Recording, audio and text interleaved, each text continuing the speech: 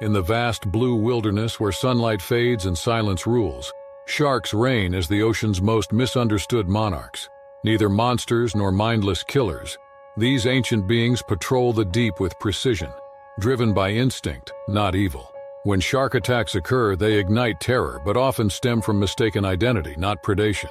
Each fin that slices the water hides a story millions of years in the making. To truly know sharks is to look beyond fear into a world where survival, not savagery, shapes the rhythm of life beneath the waves.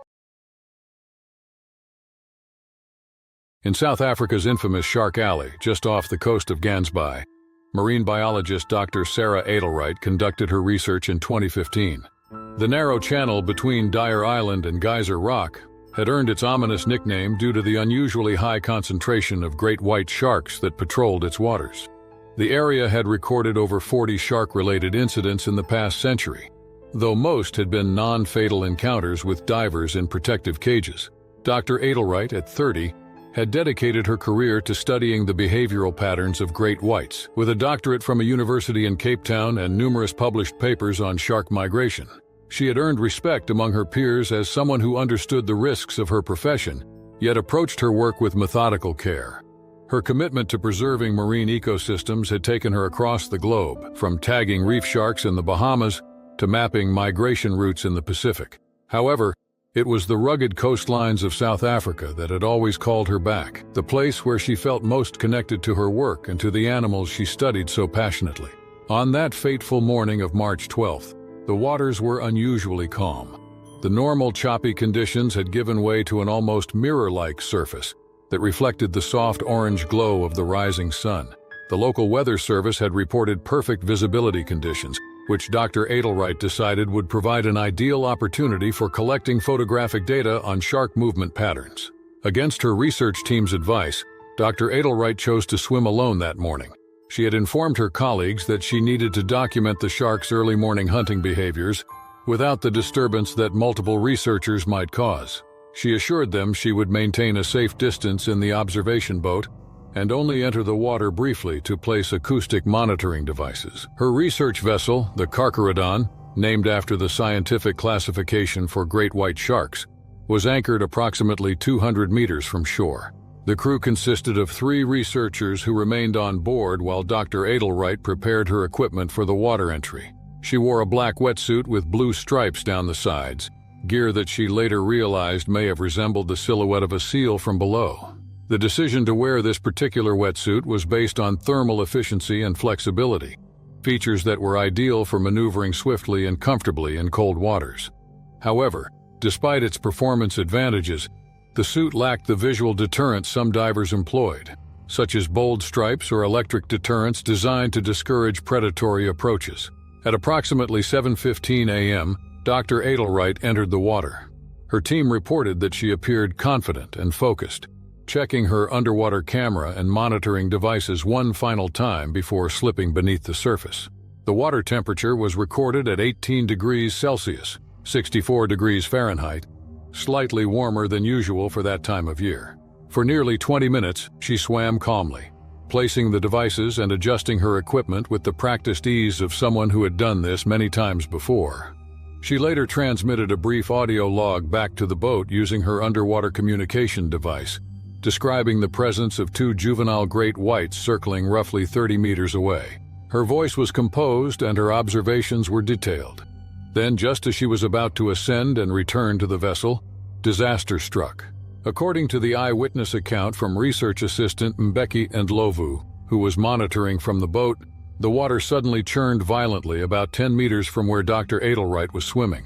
A massive dorsal fin broke the surface, followed by the emergence of an enormous great white shark, later estimated to be approximately 20 feet in length, significantly larger than the average 15-foot specimens commonly found in the area.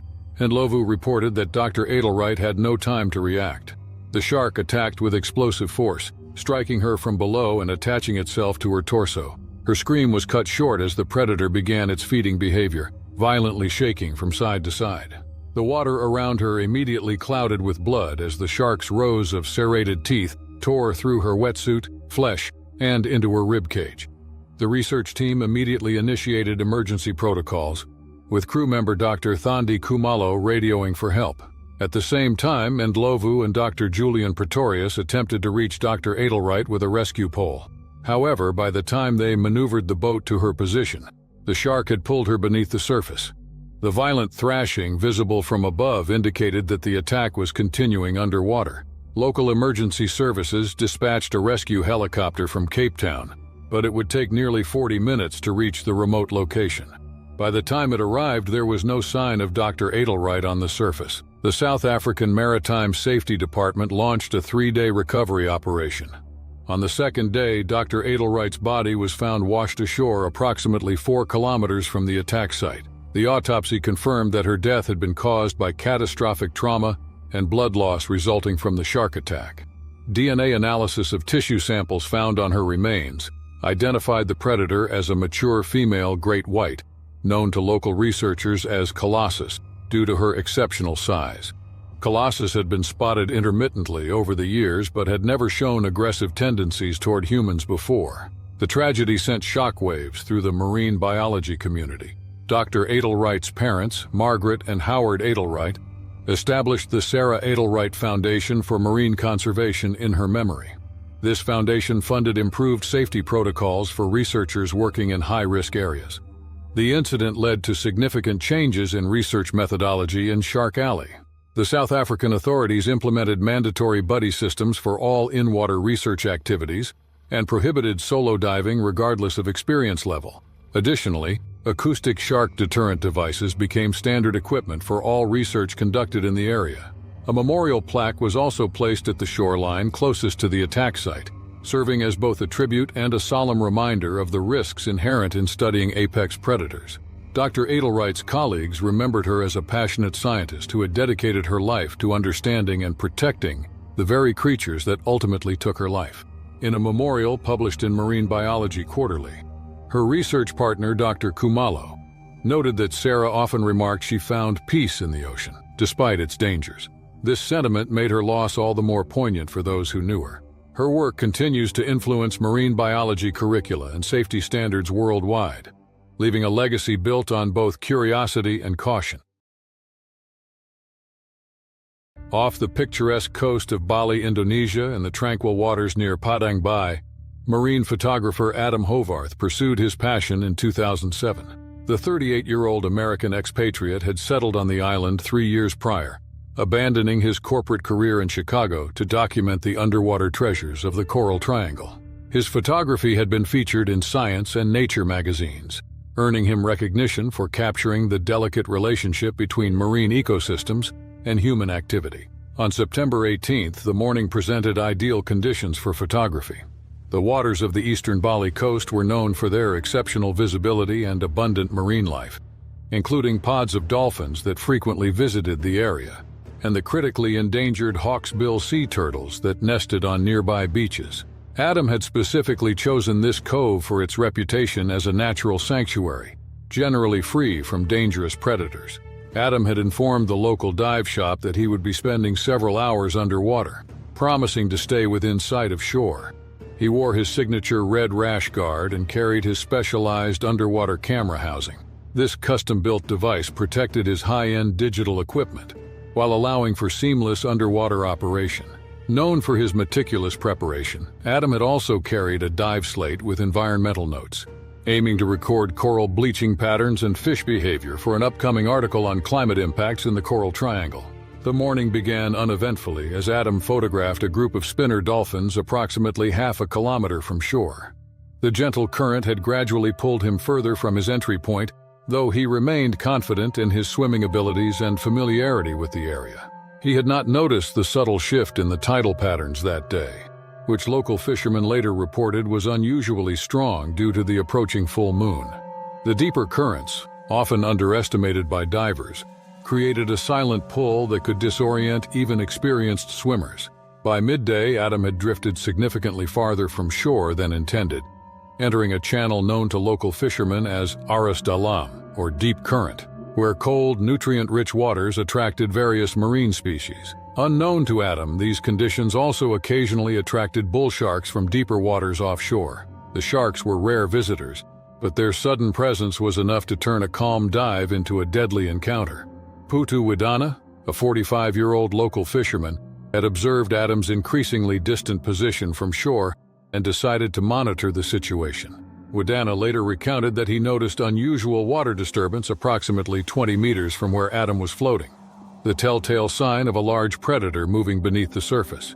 Having spent his life at sea, Widana had an instinctual understanding of marine behavior. He knew that sudden silences in the usual underwater chatter or the disappearance of schooling fish could indicate danger. At approximately 1:30 p.m., the attack occurred without warning. A 3-meter bull shark, likely drawn to the area by the abundant fish population, suddenly emerged from below and seized Adam's right arm. Widana reported hearing Adam's shouts across the water as the powerful predator pulled him beneath the surface.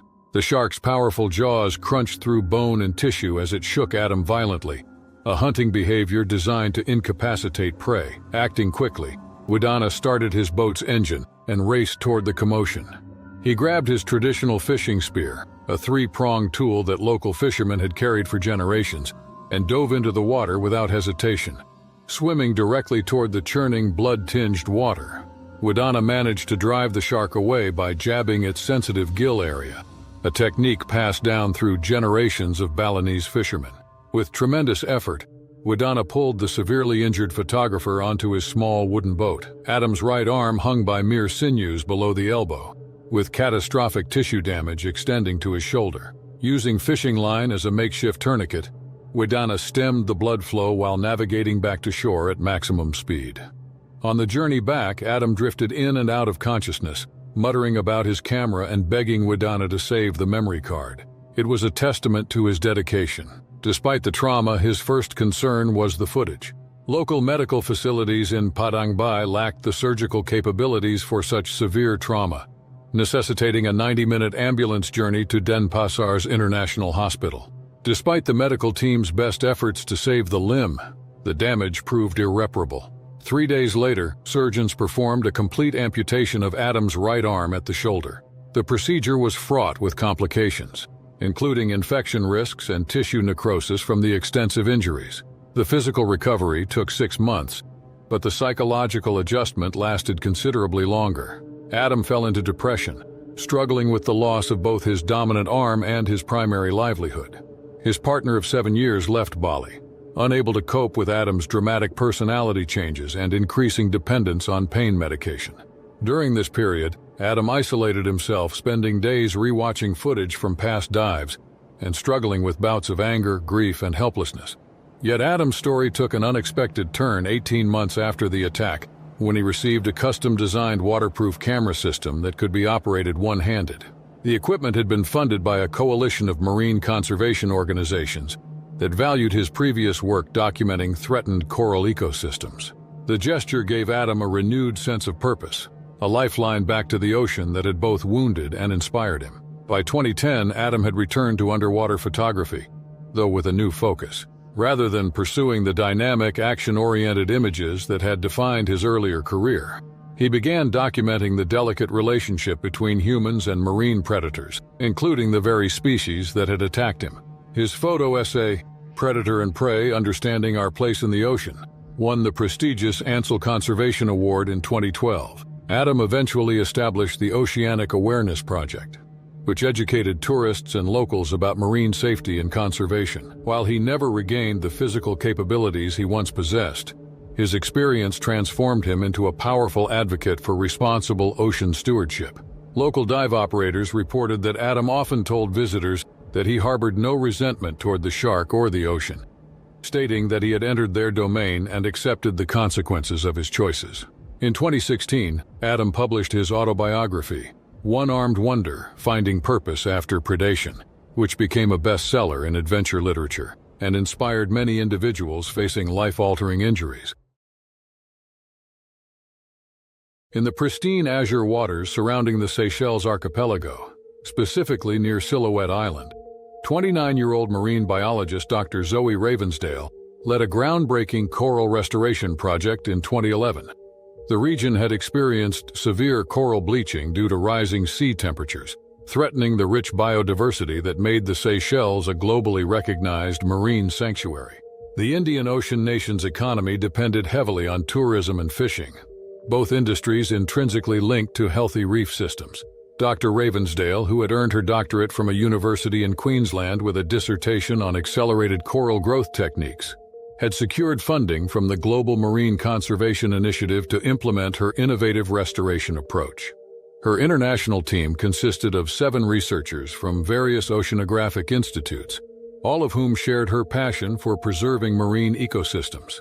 Their work was part of a larger global effort to restore coral reefs under threat from climate change, pollution, and overfishing. Ravensdale's methodology combined cutting-edge science with local ecological knowledge, involving Sakellawea divers and marine rangers in the process to ensure the project's long-term sustainability and stewardship. June 15th marked the 3rd month of their year-long project. The team had already established 12 restoration modules at depths ranging from 15 to 25 meters. These hexagonal structures, made from pH-neutral concrete and embedded with laboratory-cultured coral fragments, have shown promising growth rates exceeding natural recovery by nearly 300%. Each module had been carefully positioned to avoid existing coral heads while maximizing sunlight exposure and current flow, factors essential for coral health. The surrounding marine area, once bleached and barren, had begun to show signs of life again.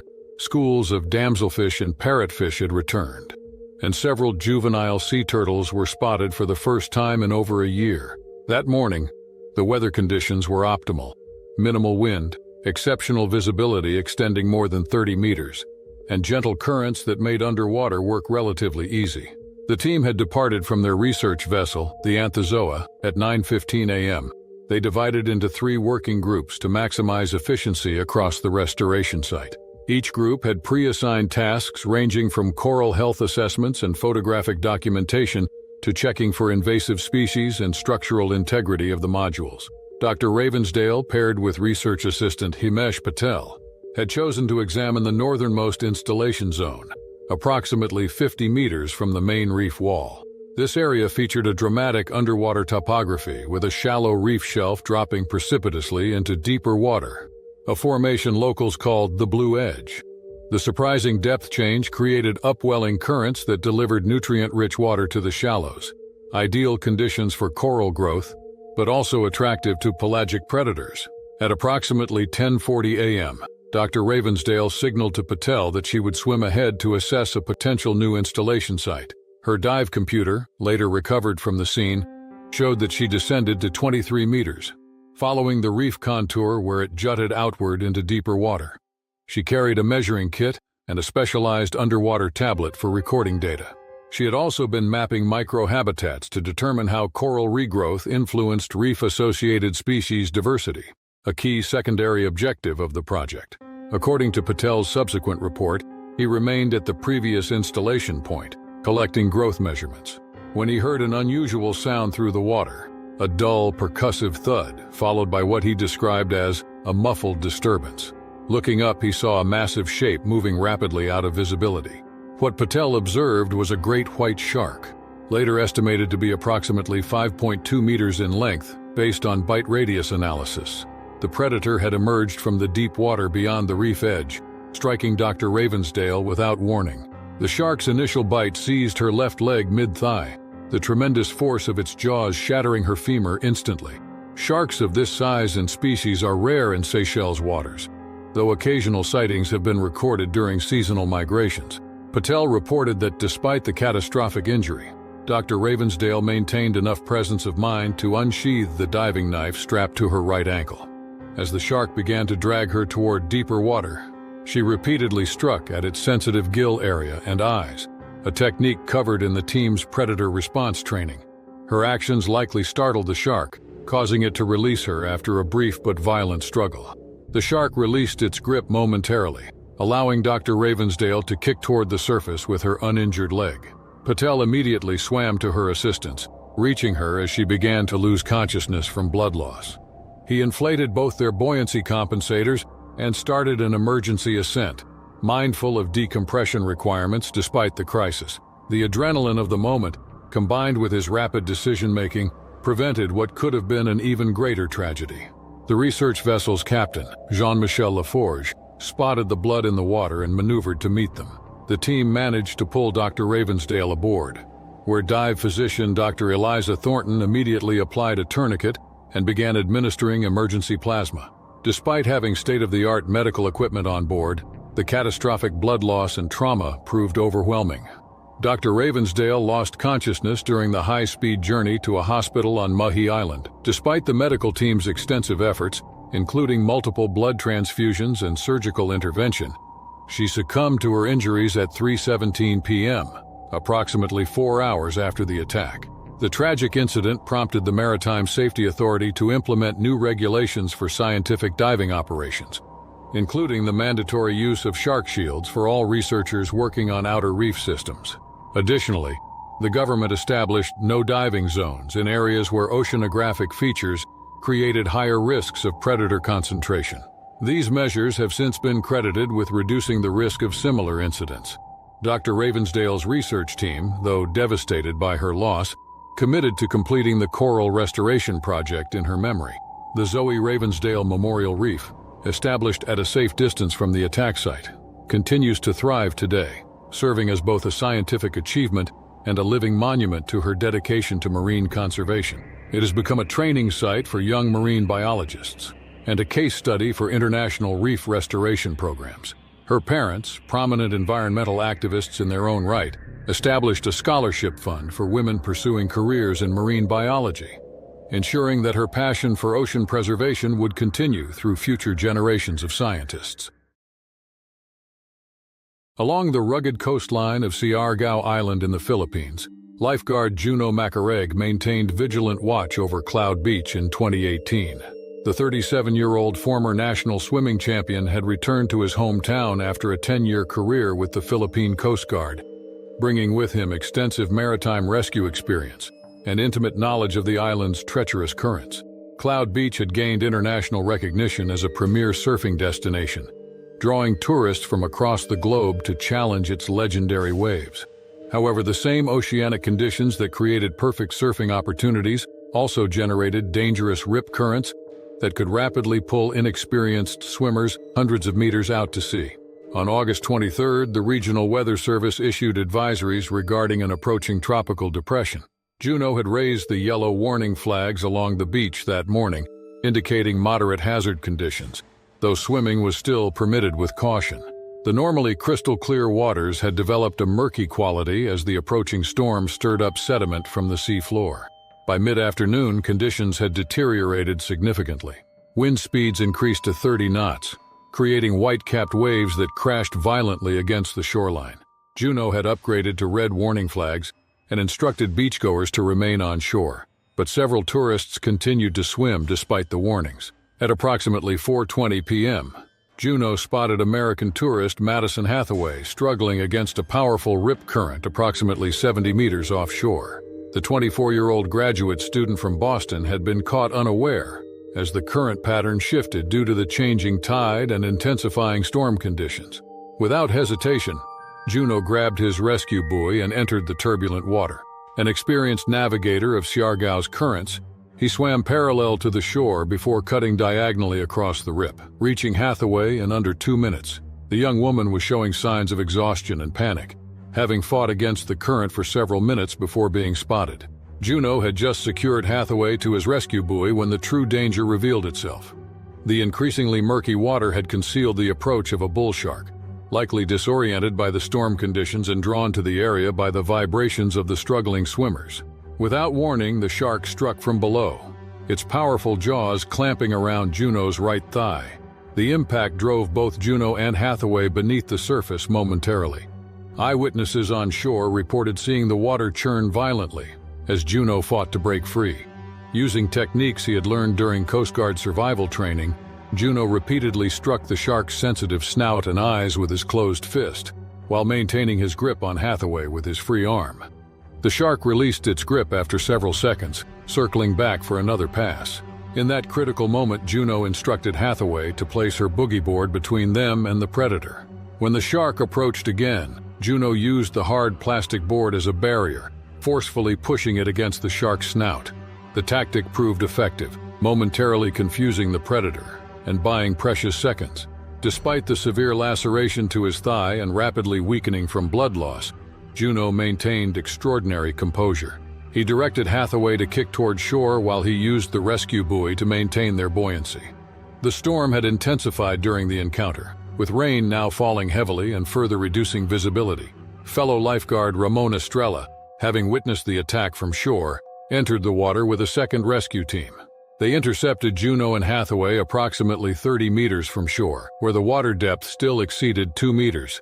The combined rescue team formed a protective circle around the injured Juno as they completed the return to shore.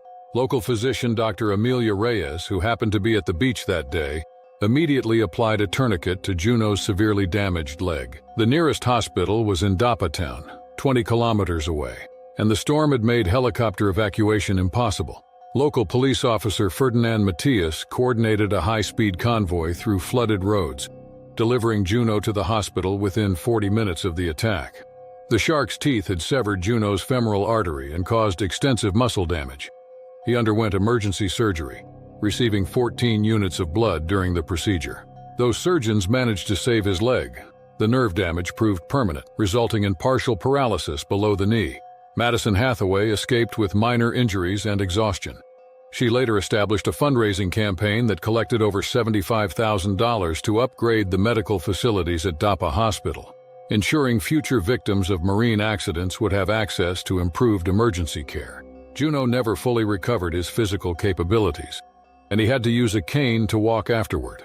However, he transformed his experience into an educational opportunity, establishing the Siargao Ocean Safety Program that trained local youth in marine hazard awareness and rescue techniques. The program eventually expanded to other Philippine coastal communities, significantly reducing the number of drowning incidents nationwide. In recognition of his extraordinary courage, the President of the Philippines awarded Juno the Bayanihan Medal, the nation's highest civilian honor for heroism, during a ceremony in Manila in 2019. When asked about his actions that day, Juno simply stated that the ocean had given him everything in life, and he had merely repaid the debt by protecting others from its dangers.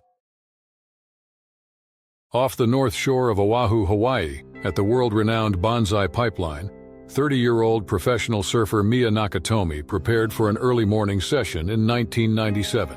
The Japanese-American athlete had recently placed third in the Women's Championship Tour and was training for the upcoming Pipe Masters Invitational, a rare honor for female surfers at that time. The pipeline was considered among the most challenging and dangerous surf breaks globally, with its massive waves breaking over a shallow reef that had claimed several lives over the decades. October 15th dawned with exceptional conditions. Local meteorological reports indicated a perfect northwest swell, generating clean 6 to 8 foot waves, with offshore winds creating ideal hollow barrels. Mia had arrived at the beach before sunrise, a strategy she employed to avoid the crowds that would inevitably gather later in the day. The area had recorded only 2 shark-related incidents in the previous decade, both of which were minor and resulted in no serious injury. The Hawaiian Land and Natural Resources authorities maintained that the relative safety was due to the extensive reef system and high human activity, which typically deterred larger predators from approaching the shoreline.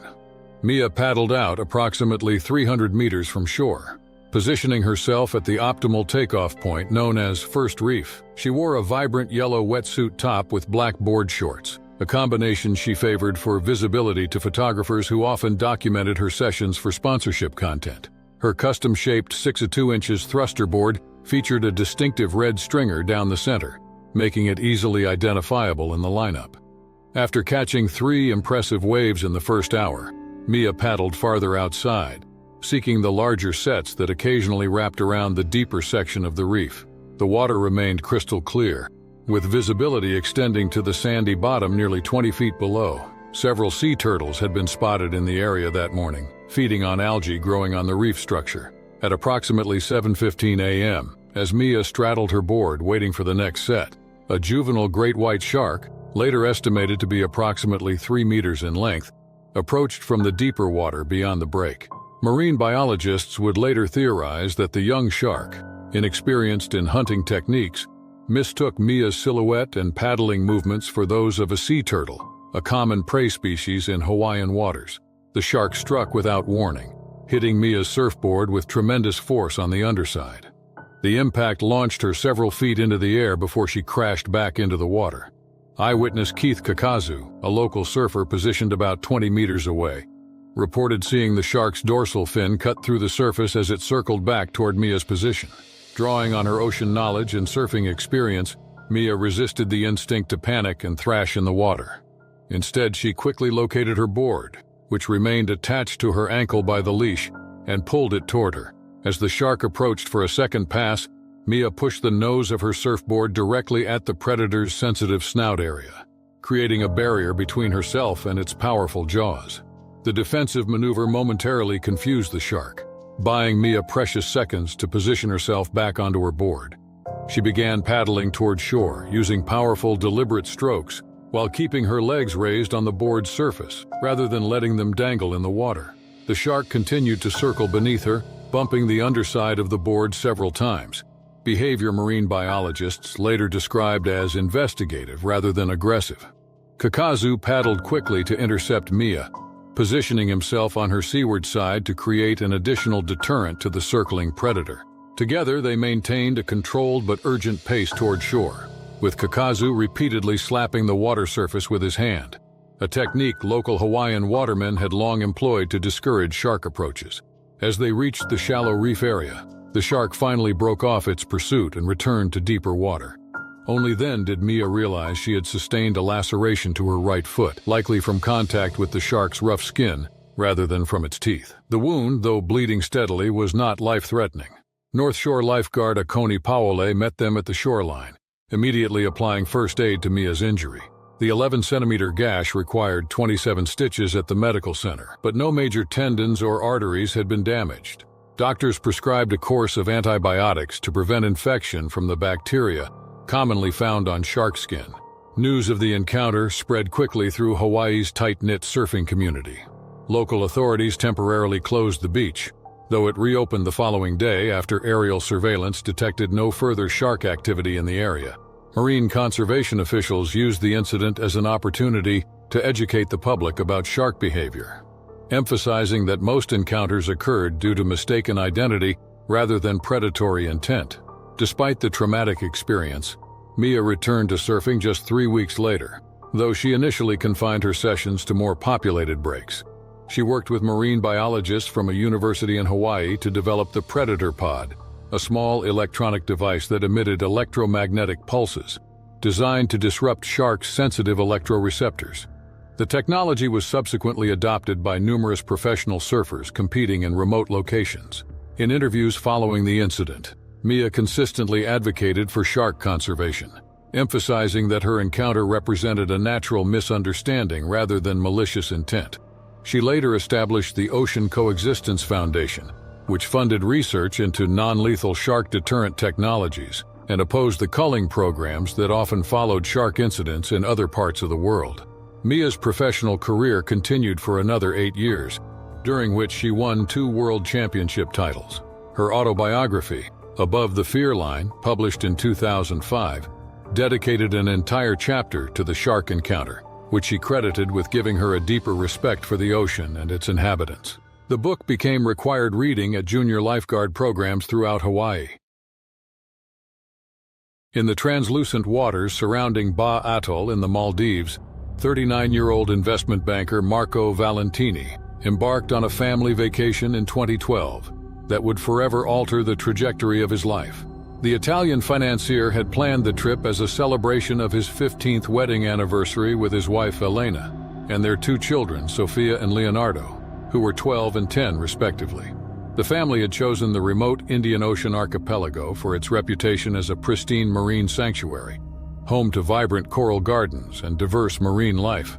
The Maldives had recorded only 7 shark-related incidents in the previous 30 years, none of which had been fatal. This safety record, combined with the exceptional water clarity and abundant tropical fish, made it a premier destination for novice divers seeking their first underwater experiences. The Valentini family had booked a 5-day diving package with Blue Horizon Excursions, a reputable operation that specialized in introducing families to scuba diving. Their instructor, Ahmed Nassim, was a native Maldivian with 15 years of professional diving experience and an impeccable safety record. The package included 3 days of shallow training dives, followed by 2 deeper reef explorations, for those who demonstrated sufficient proficiency. On January 23rd, the 3rd day of their vacation, the Valentinis prepared for their first open-water reef dive. The weather conditions were optimal, with minimal surface chop and underwater visibility exceeding 30 meters. The dive site, locally known as Turtle Garden, featured a gently sloping reef that descended from 5 to 18 meters, making it ideal for novice divers. After a comprehensive briefing that covered emergency procedures and underwater communication, the group comprising the Valentini family, 2 Australian tourists and Nassim, entered the water at approximately 9:30 a.m. Marco had shown particular enthusiasm during the training sessions, displaying natural buoyancy control and calm underwater, which impressed the experienced instructor. The dive proceeded uneventfully for the first 20 minutes as the group followed Nassim along the reef edge, observing clownfish, moray eels, and a hawksbill turtle feeding on sponges. The instructor maintained proximity to the novice divers, particularly the children, ensuring they stayed within the planned depth range and monitored their air consumption. At approximately 9:55 a.m., as the group rounded a coral outcropping at 14 meters depth, a tiger shark appeared from the blue water beyond the reef. The animal, later estimated to be approximately 3.5 meters in length, showed no initial signs of aggression.